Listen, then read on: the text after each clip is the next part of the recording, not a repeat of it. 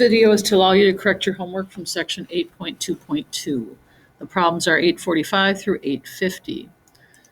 So for 845, Athena was working on her Girl Scout Silver Award and was wondering what percentage of people support the Girl Scouts financially through cookie sales outside the grocery store. So at the next cookie sale, she kept track of how many customers at the grocery store walked by the cookie table and how many stopped to purchase cookies. 32% of families stopped and purchased cookies at the table. So she went to then several different grocery stores around town, collected data there, and this is what she got for a percentage of people who bought cookies at each store. So they want you to make a box plot of the data, make a new statement about what proportion of people we could expect to buy Girl Scout cookies at the grocery store. So the first thing you want to do to make your box plot is put the values in order from least to greatest. And when you do that, you're going to be able to find your median. Median, of course, is the middle value of the data. And that would be between 29 and 30, so in other words, 29 and a half.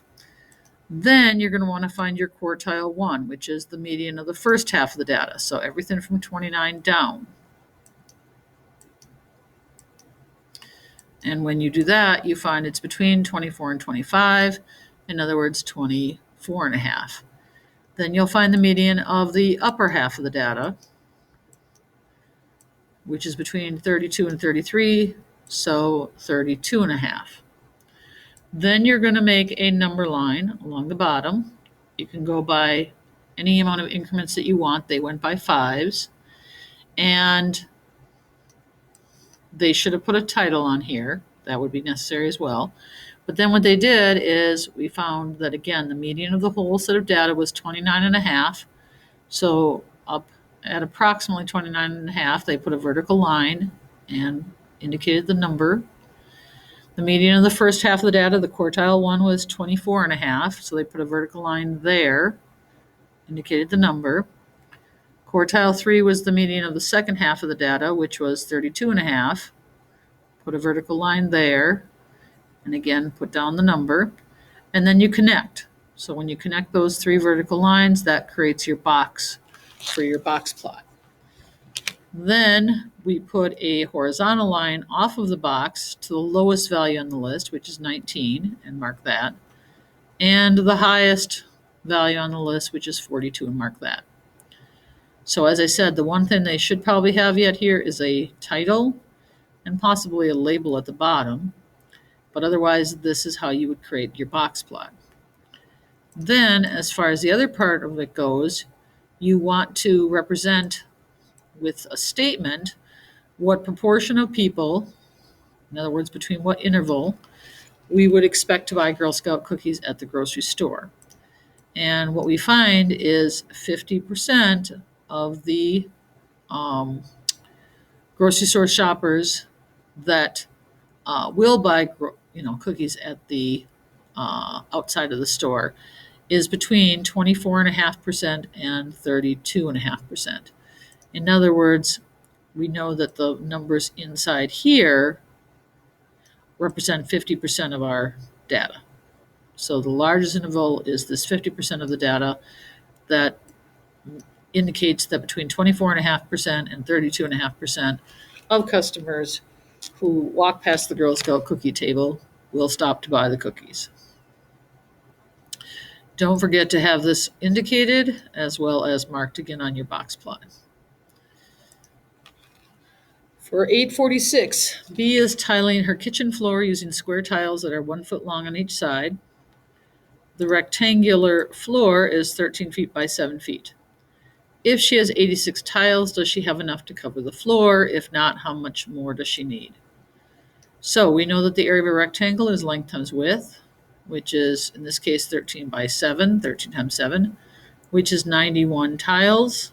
She would then not have enough because she's only got 86, so she would need 5 more.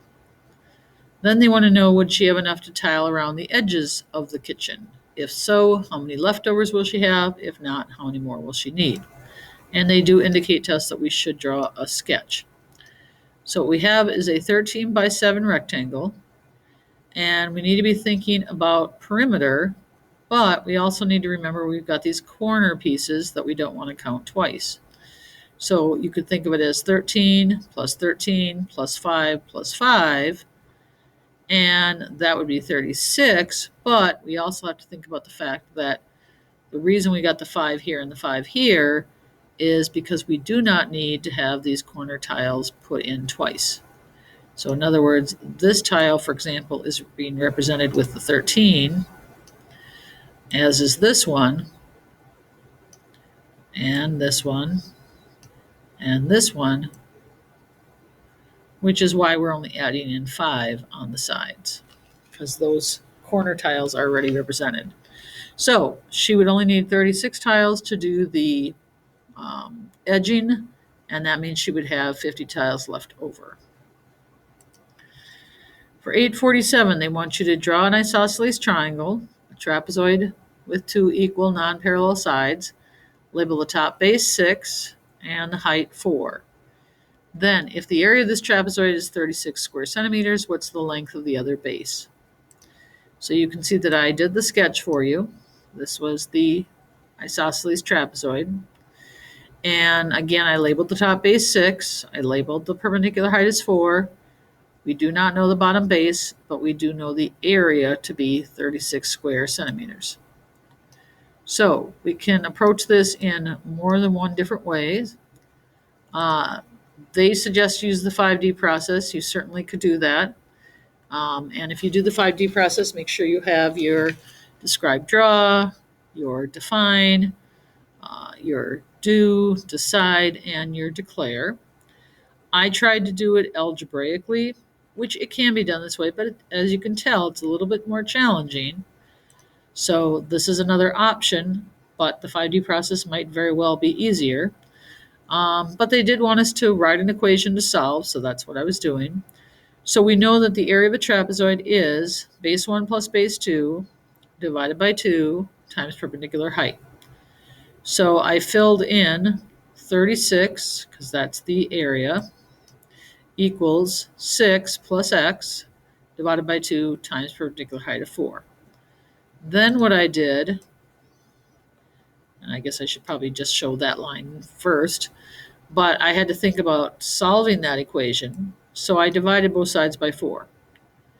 The reason I did that is because that took care of this, and again, if you do it to one side of the equation, you have to do it to the other. So then I got 9 equals 6 plus x divided by 2. Then I would multiply by 2 on both sides, or I could do a rewrite, writing that dividing by 2 as a fraction here. In either case, my next step will be to multiply by 2 on both sides. And that means that this would simplify with this. Then I would get what I have here, 18 equals 6 plus x. I would subtract 6 from both sides, and x ends up equaling 12 centimeters. So again, you can do it with a 5D process. If you use the 5D process to write an equation to solve, these would be the steps we'd want to see. Either way, you should have a fair amount of work for this one. For 848, you should also have work shown. Again, I'm going to give you the answers, but make sure you have, for example, in the first one, the fractions rewritten with a common denominator. Same thing with the second and the third. This one you would not necessarily need so much work because you don't need a common denominator when you multiply fractions. And then this one you'll multiply before you add, so you'll end up with 1 6 plus 5 6, so really don't need much work there either. And here you'd want to probably simplify before you multiply, so a little bit of work should be shown there. But for this first one, your common denominator would be 24. And again, you're going to need to show the work. Your final answer should be negative 7/24. Don't forget that the subtracting a negative is the same as adding the opposite.